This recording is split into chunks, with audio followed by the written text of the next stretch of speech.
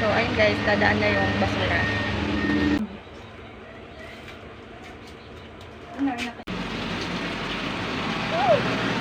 Ay, akala ko yan na yung basura.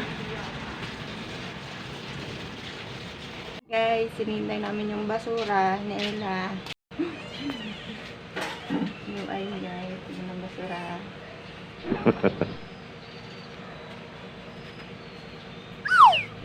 Tagil ng basura guys. Hinintay namin yung basura. Dito pa naman. Wow! Ayun na. No.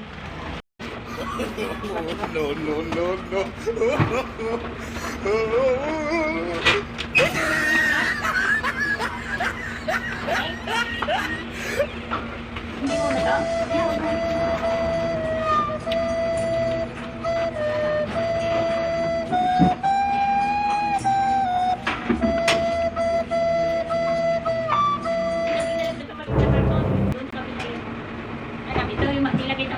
Wala na doon sa harap? Wala na?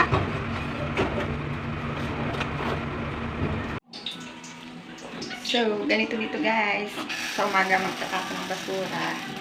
Tapos, dadaan lang yung truck. Doon may tatapon yung mga basura. Kaya dapat alam mo yung oras. Kung ano oras sila dadaan.